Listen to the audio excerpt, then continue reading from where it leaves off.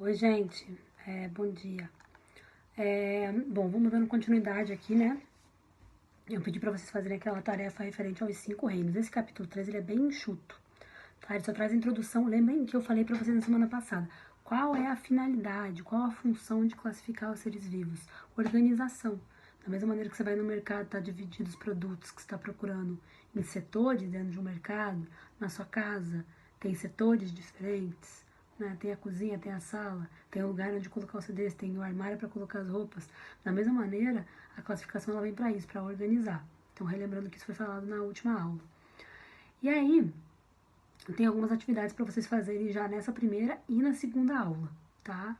E aí tem tarefa, vocês começam hoje, e aí para poupar, né, o tempo de vocês em sala, porque esse capítulo é bem curtinho, ele é tranquilo.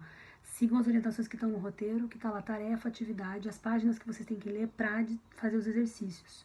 E aí vocês me entregam por e-mail, tá? Então, basicamente assim, novas propostas de classificação vieram depois de 1960. Por quê? Avanço na microscopia, nas áreas de bioquímica, biologia, genética. Tá? Então melhorou, aprimorou essa tecnologia, os caras conseguiram diferenciar melhor as células, as estruturas, consequentemente uma melhor classificação dos seres vivos. Tá?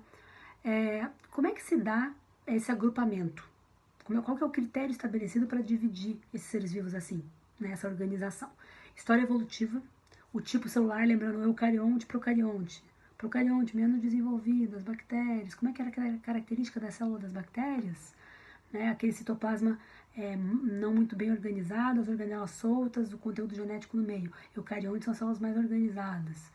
Então, isso é um critério, história evolutiva, a estrutura celular, o metabolismo, se o organismo produz alimento ou ele consome, né? Pensa em plantas, fotossintetizantes, animais, e a estrutura do organismo de modo geral, tá? Então, tem diferentes formas de classificar os seres vivos, tá? O estudo que a gente vai estabelecer agora nesse capítulo. Mais pra frente vocês vão ter mais detalhado isso, tá? À medida que os anos vão correndo do fundamental, a diferenciação vai ficando mais exigente. Vai diferenciando mais, tá? Mas basicamente o que a gente vai ver aqui? Básico. 5 reinos, tá? Que foi o que eu pedi pra vocês fazerem como tarefa.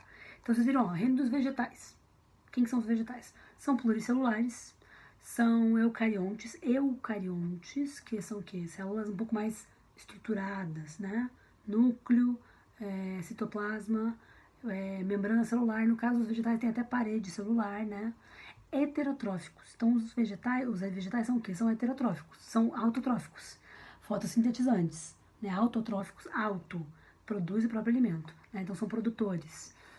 Daí lembra das características da célula vegetal, que a célula vegetal também tem parede celular, os vacúolos grandes, tem plasto para realizar a fotossíntese, tá? Então pensa em arbusto, árvores, né? Aí vem o que? O reino dos animais. São o que? Os animais são o que? São pluricelulares, tem mais de uma célula, igual os vegetais, né? Diferenciação por tecido, né? Tecidos diferentes? Sim. Então, são eucariontes também, né? A célula mais estruturada, com núcleo, nucleolo, membrana celular, organelas e tal. Heterotróficos, não é auto, é heterotrófico. Então, nós somos o que? Consumidores, né? Pensa mamíferos, as aves, répteis, insetos, todos os tipos de animais que vocês imaginam, tá? Aí vem os fungos, que vocês não viram muito detalhadamente isso.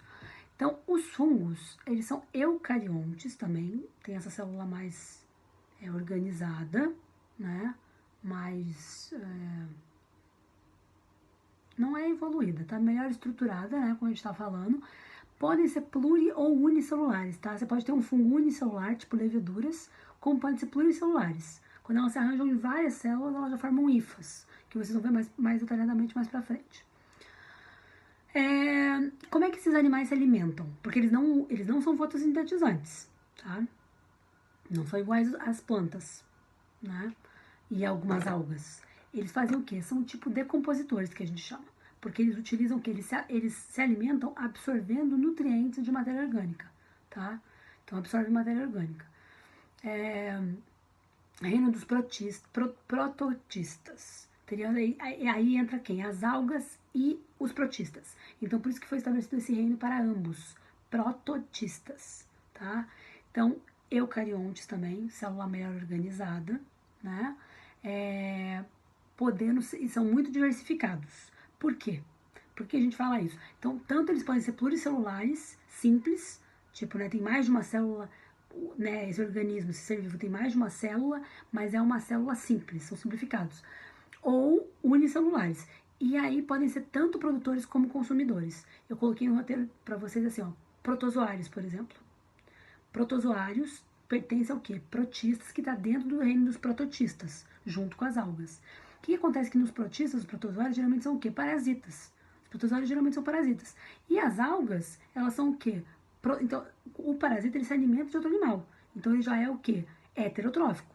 Tá? Então, por isso que podem ser tanto produtores como consumidores. No caso dos protozoários, geralmente são o quê? Consumidores. Utilizam, né, parasitam um outro organismo para poder se alimentar. As algas não. As algas pertencem a esse mesmo reino dos prototistas, são geralmente unicelulares as algas, essas algas, tem algumas pluricelulares também, mas elas são o quê? Autotróficas, porque elas produzem próprio alimento, elas realizam fotossíntese, tá? Então são produtoras. E aí, por fim, o reino das bactérias, que a gente estudou bastante no passado, né? Sempre são unicelulares e procariontes. Lembra da estrutura da célula bacteriana? Não tem membrana celular, só é composta por uma parede celular, não tem membrana e tem a parede celular, mas no citoplasma ficam as organelas bem desorganizadas e aquele material genético fica solto, tá? Então é uma estrutura menos complexa, né? E as bactérias elas podem ser produtoras ou consumidoras, tá? Exemplo, por que eu coloquei? Nossa, professora, que bactéria que é produtora? Que produz o próprio alimento? As cianobactérias. Essas